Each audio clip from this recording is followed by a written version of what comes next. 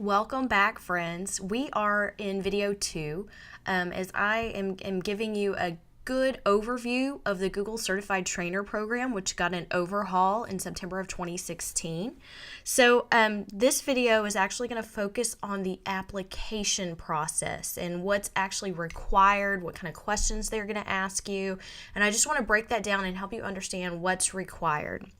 So first of all, if you want to learn more about the Google for Education Certified Trainer Program, there is the link to the certification information and the training center. Of course, if you Google it, it should also come up right at the top of your search. But this has had a facelift, and we've had some new things that have come about in the changes to the program. And so real quickly, if you watched video 1, I broke down the 6 steps to Google Certified Trainer. So if you missed that, you may want to go back to video 1. And I've also included a shortened link here just to the infographic that I created to kind of break down those steps. So if you're curious if this is the right step for you, this is a great place to start, just taking a look at all of the requirements. But as I said, the purpose of this video is to really break down the application, which is actually step 6. So we're going to go into more detail about what is included in the application, everything that you need to submit.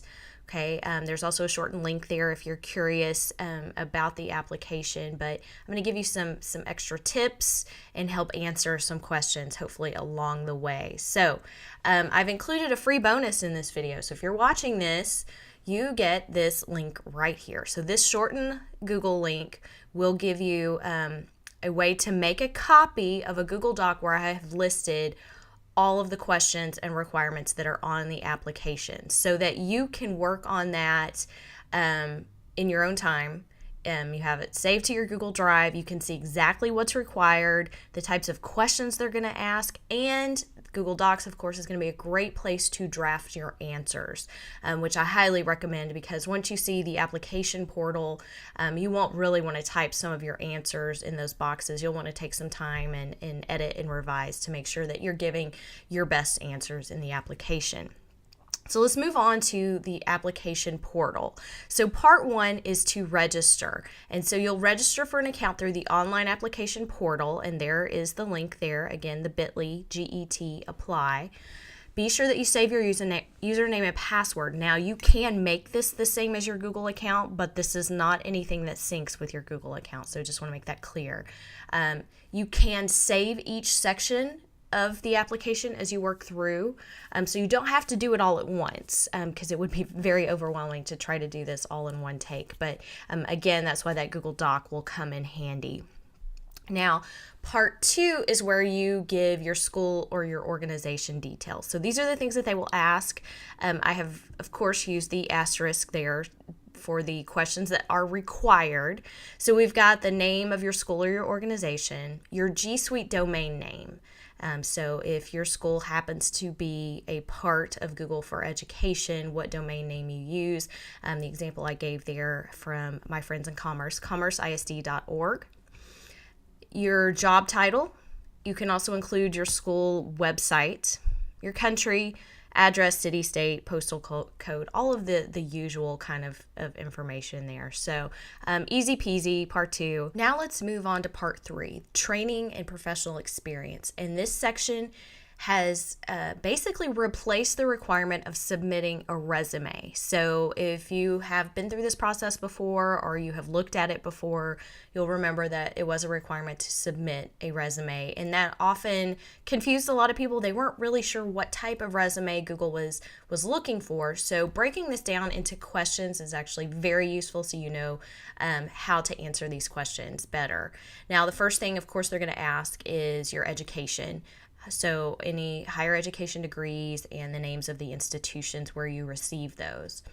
Classroom teaching experience, so the number of years, and I would include what you taught during those years, because I know many teachers like myself taught several different grade levels and subjects.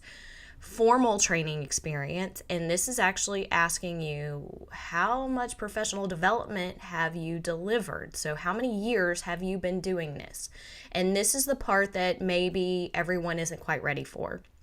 So maybe you aspire to becoming a Google certified trainer, but you don't have the experience yet. So this lets you know what to work towards and to set those goals before you're ready for this application process. And then they're also, of course, going to ask you for your Google specific trainings, and they want a list of the 5 most recent titles and dates. If you haven't yet delivered 5 Google related trainings, you're probably not ready for this application yet. So again, setting those goals, submitting proposals, and trying to get more experience to build up this piece, this part 3, your resume, for the application. If a current certified trainer referred you, they will also ask for the name and email. So if you went to a boot camp or you attended some kind of training to help prepare you for this, or if someone else referred you to this program, then you can include their name and email. Of course, that's not required. Now, part 3 is quite lengthy, so there's still more to go over here in your training and professional experience. So one question they will ask is, did you work with a Google for Education partner?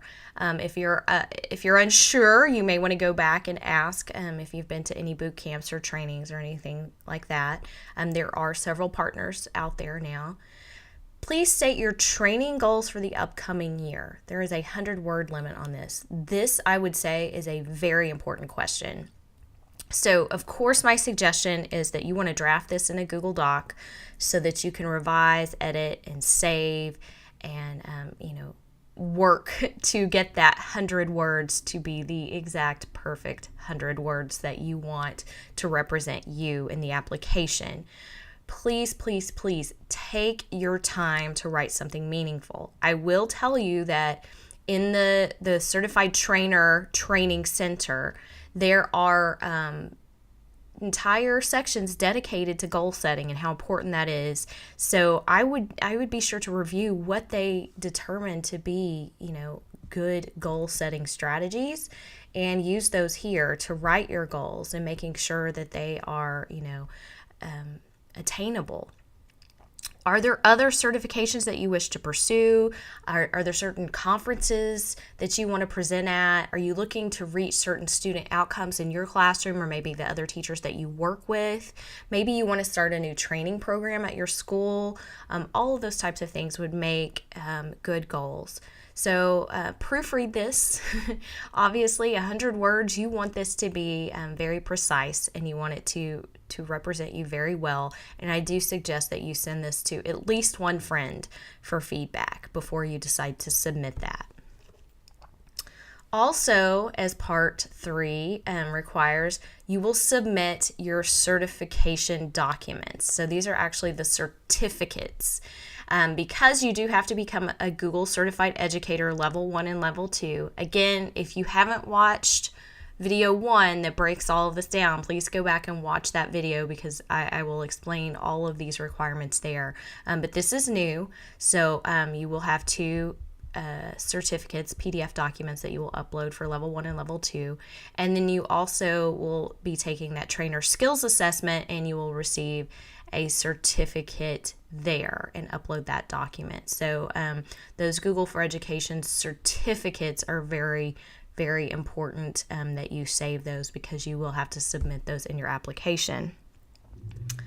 Then we have the case study, and part 3 in the case study is also, I would say, one of the really important parts here. The case study used to be given to you in a Google Doc template, and they don't do that anymore. Instead, they have broken the questions down into the application itself. So again, I still recommend that you draft your response in a Google Doc so you can save, revise, and edit, and because this has a 200-word limit per question. And again, that goes by very, very quickly if you are writing. So you want to think of a program, a training, or a series of training sessions that helped you make an impact. You want this to be focused with evidence, good quality learning materials, and feedback from participants, because those are all things that you can submit. So if you don't feel like you have done that type of training yet, this is something to aspire to and to plan for. Very in depth, so that you have evidence of the impact that you made through this training session that you can submit. So here are the questions that they will ask. What actions did you take to support educators to redefine learning with technology? Please include links to relevant training materials. If they say include links, include links. I cannot emphasize that enough. That is not a suggestion. Make sure that this is your absolute best work. You want to include links to beautiful training materials that you have created, whether that's slides, docs, Google Sites, etc. This is a chance to show off all of your hard work, so I suggest that you do it. Draft in detail a workshop that you have delivered, sharing resource links and how you have helped teachers redefine learning in the classroom. Keep in mind 200 words. So you want to revise and edit this to make sure you make this as precise as possible. What impact did you have on educators as a result of your training? Include links to any feedback. Again, if they say include links, include links. So if you have not been collecting feedback from your participants, you need to be doing that. And I would say both pre and post assessment feedback are going to be very powerful there. So be sure that you are doing that to measure your own effectiveness so that you can include that as part of your case study. Next question, how would you improve the training? What would you have done differently? And here, just focus on using a continuous improvement mindset. No matter how fabulous the training actually went, there is always room for improvement, lessons learned, what worked, what didn't. And then they will ask you to provide a trainer video. Okay, so this is a 3-minute video that you will upload to YouTube where you address the following. Why you wish to become a Google for Education trainer, and you do that in 30 seconds. That is a new requirement, by the way. And 2, to demonstrate how one Google tool can be applied in the classroom. That's the remaining 150 seconds, and screencasts are preferred. So if you'd like to see some examples, I do have a playlist that I have put together there, but I want you to keep in mind that most of the examples I have are from the older requirements. So they're not answering that why question. It's more of the introduction kind of thing, but I think there's still some great examples in there. You'll see some screencasts and things like that. So there is a shift in the application here that I think they really want to see the transformation in the classroom. So it's not so much focused on the tool, but how that tool can be applied in the classroom. And they do still want screencasts. And so the first part of the video, you would be on camera. The second part of the video would be the screencast.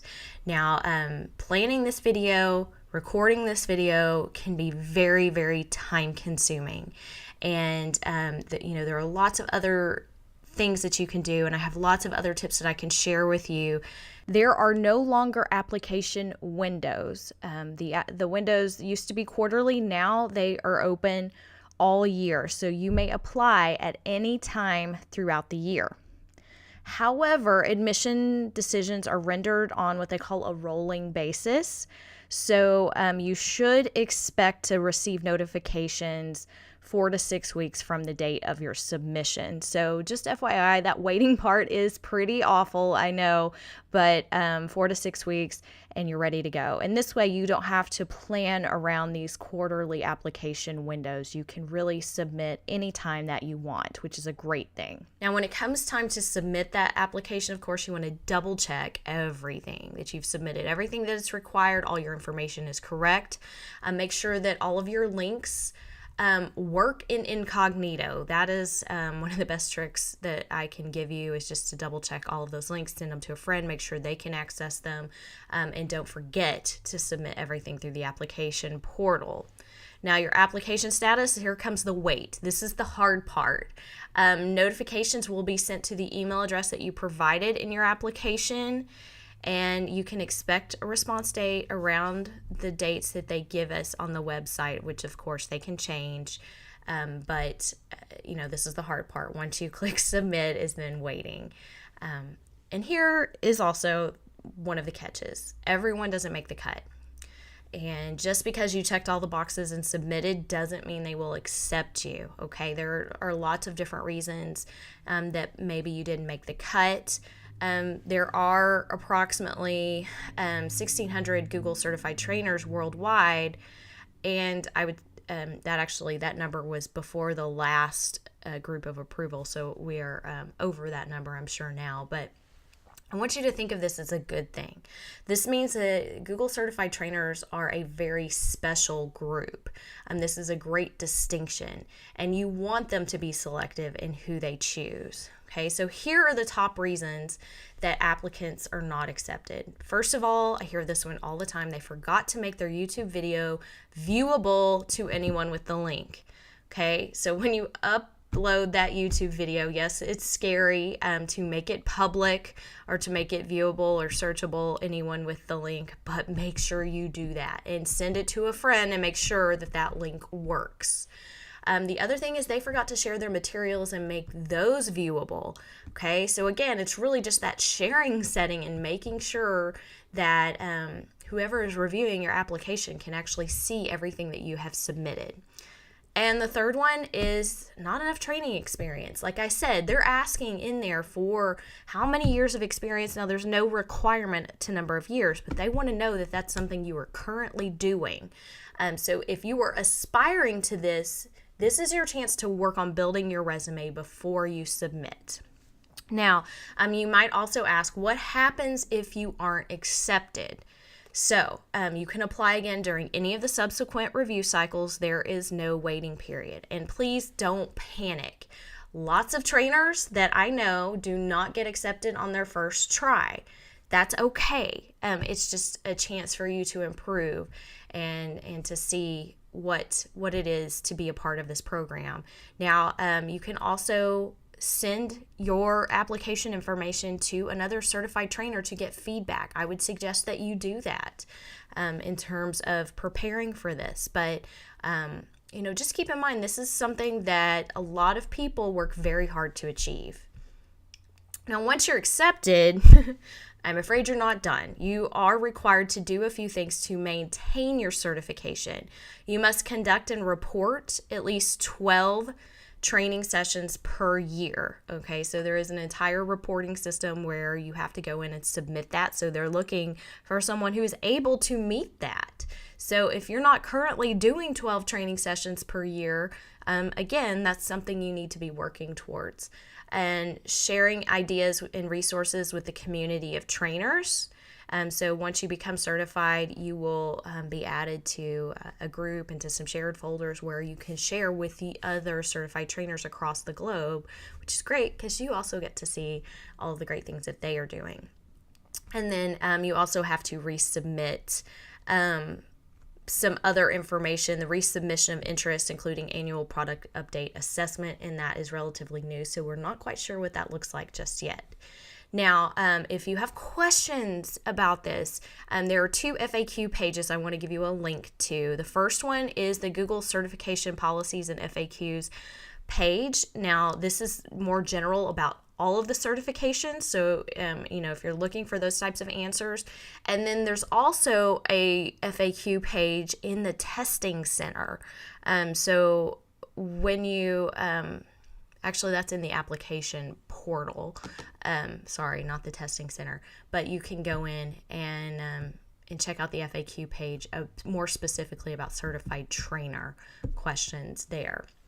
Now, if you're ready for more, if you want more help on becoming a Google certified trainer, I have another video, video 3, that will break down what is included in my e-course, becomeagoogletrainer.com. And so if you want to learn about what all changes happened in 2016 and what's included in this e-course and why you may want to go through this course to help reach your goals, move on to video 3. It is on my website, becomeagoogletrainer.com. It's on YouTube. You can find it in several places. Now, real quickly, I'll just give you an overview of the e-course. Becomeagoogletrainer.com is going to give you all of the information, but this is going to give you anytime, anywhere learning and access to the course to walk you through every single step of this process to become a Google certified trainer, from taking the assessment and filling out that application, recording the video, all of the tips and tricks. You are able to move at your own pace. You can connect and learn in a community.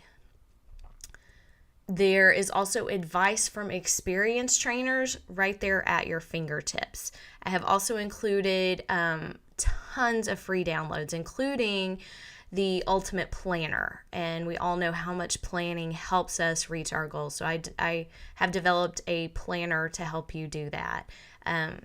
And your very own guide through the assessment and application process. So, I broke down things in this video here, but I will give you every single step, every single tip and trick that I have up my sleeve to help you reach your goal. So there are tips, tricks, tutorials, tons of videos, and lots of information here in the e-course. Again, move on to video 3 if you are really interested and want to know more about this e-course. And I hope you all reach your goal of becoming a Google certified trainer.